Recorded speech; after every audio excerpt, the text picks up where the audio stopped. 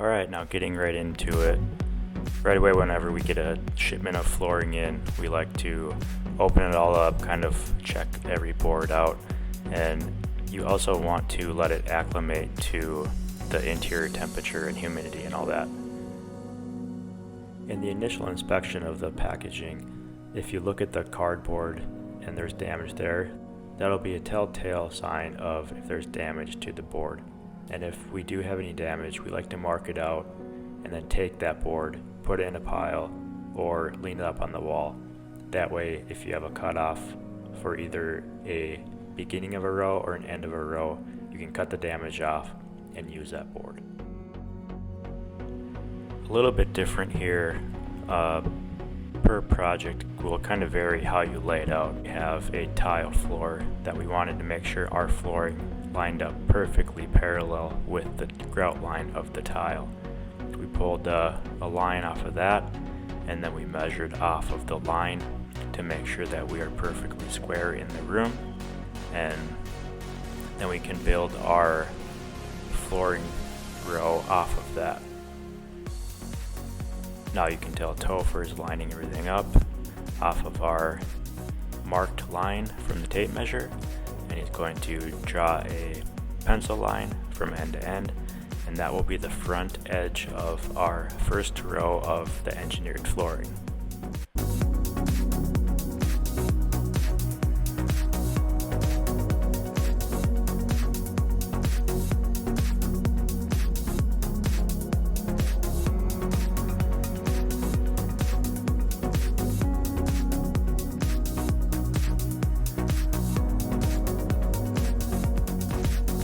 After we get everything laid out and marked out, we are cutting back a little chunk of the tar paper here.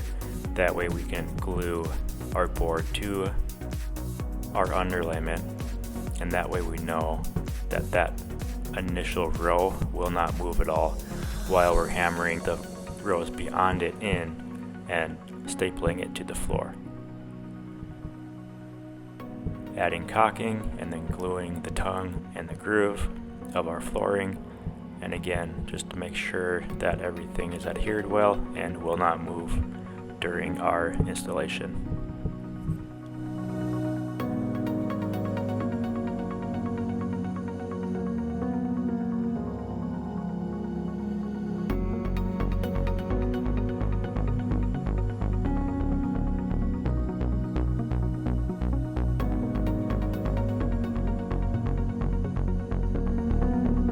And already we're not happy with the way the two initial boards are joining. The butt ends of the board have a little gap in them. That telling that we have a little bit of a bow in our flooring, and we remeasure. Don't like how it laid out. We end up pulling everything apart, chalking a line, and then reinstalling our initial row of board.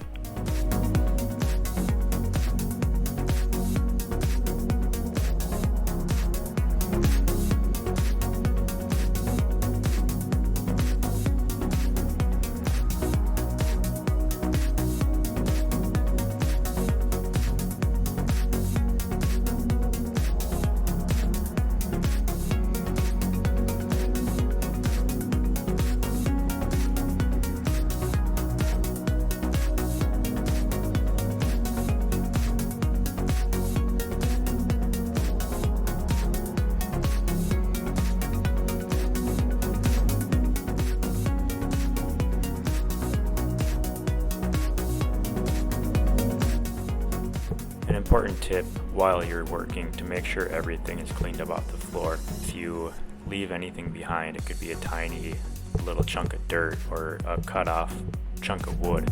If you leave that down and put the flooring on top of it and you don't catch it, you're going to have a little bow in the flooring. Now to fasten the floor here, we are using a 18 gauge narrow crown staple gun designed for flooring.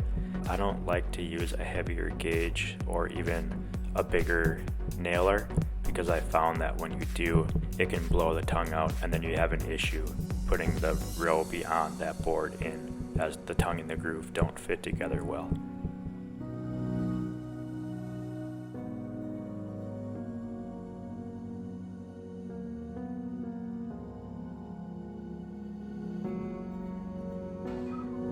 lot of putting in flooring, you don't even really need a tape measure.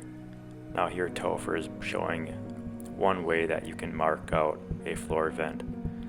Put your board in and then mark it below with your pencil, remove the board, copy that onto the front. That way you don't get any blowout while you're cutting. Another way, you can blade the board in, mark your line, and take a tape measure, put it in the vent, measure your depth back, and then go on top of the board, pull that measurement, and make a mark.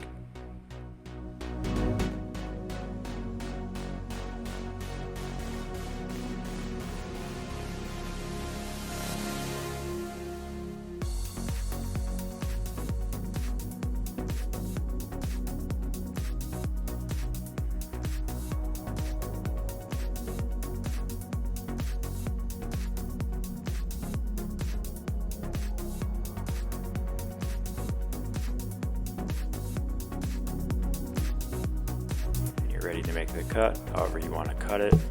We are using a miter saw, and be careful, I don't recommend that you cut with the board up like that, but because of the depth of the floor, you kind of have to. Or if you would flip it around with the wood grain out toward you, you can cut it a little bit more vertically.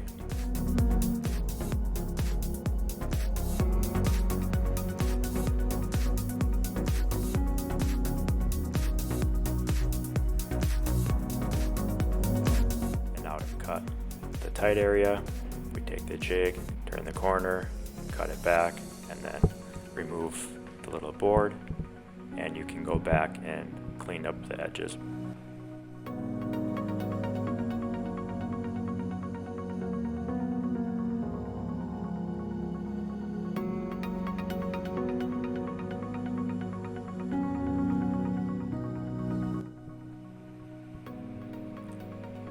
Now with this being a remodel project, all the trim is already in, and we opted not to take it all off, just causing more work when we would use that profile again anyway, and then we'll go back and cord around it.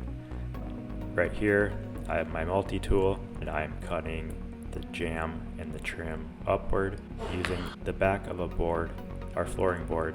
That way we get the height right, and when we're to that row, the board will perfectly fit underneath the jamb and the trim, making it look like it was installed after the flooring.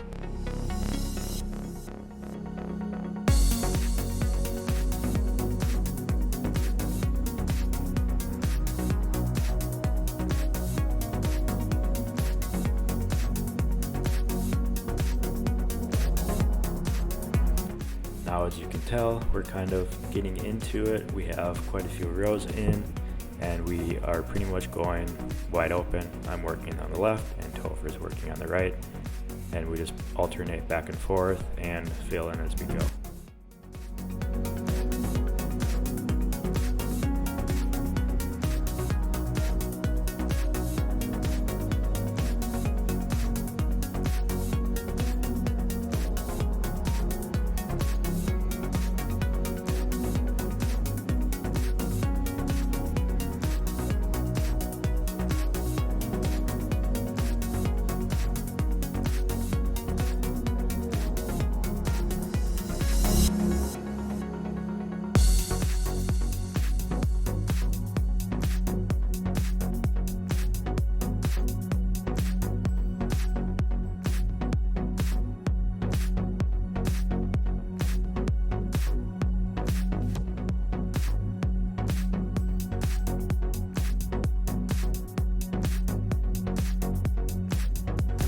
Now that we have a large area of the flooring complete, the client wasn't able to move all their furniture and appliances out. So now we're going to move everything over onto that completed flooring area, throw up some poly just to keep that area clean, as well as keeping the furniture and everything beyond that clean as well. Here's a quick little tip on how to find an angle. If you put your board tight to your previous board, and then take another cutoff board and put it onto your wall or trim, and then mark your board, and then you'll know that your angle is perfectly cut.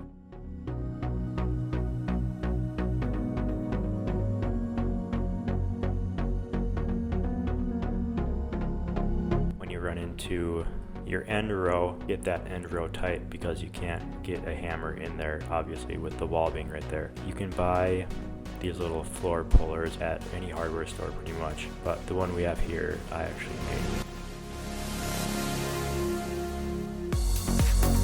This is a different way that I like to do a doorway. I think it's a cleaner look rather than having reducer or a T-mold or anything like that. I measure out the depth of my jamb as well as the width and cut a flooring board end to end just short of the vertical casing trim. And then from there, we will run the flooring into it.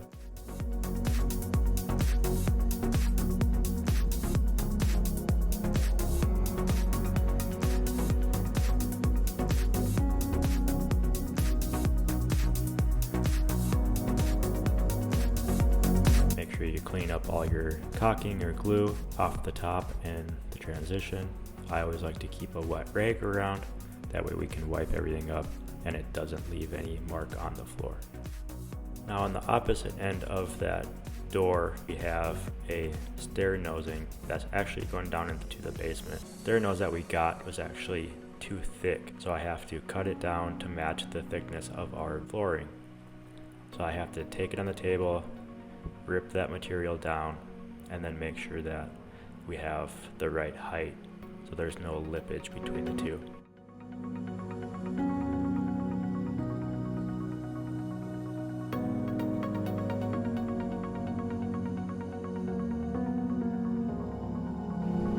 I wanted to make sure that we had a groove end here. That way the two boards can join tightly together, and that way when you're walking down, the nosing will not bend or fall off.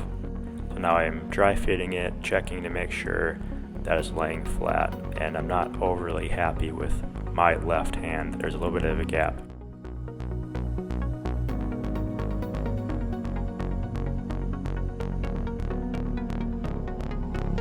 Marking material that we need to cut off, and then I'm having Topher bring it out and cut that material.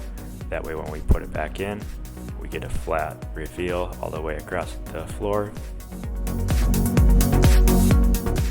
And I know that our glue will adhere very well to each end, and then I refit it back in. I always try to avoid any kind of base nailing of flooring because it doesn't look great to have little nail holes. Even if they're filled, they don't always look good.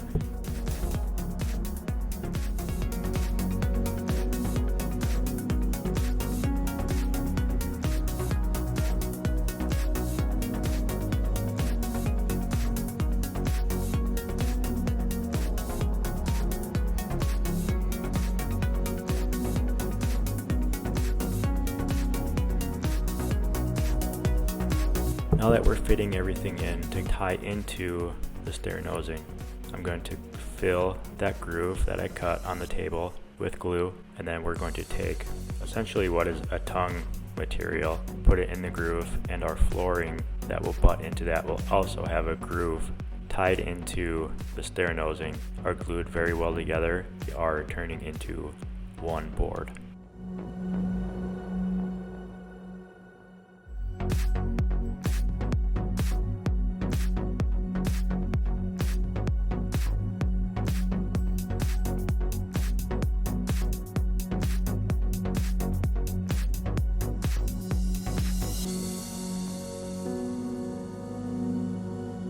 And then you just measure back and forth, fill each board in.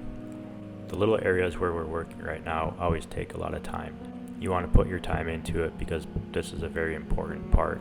Walking up and down the stairs there, you don't want anything to crack or trip you. So you have to make sure that you level each end.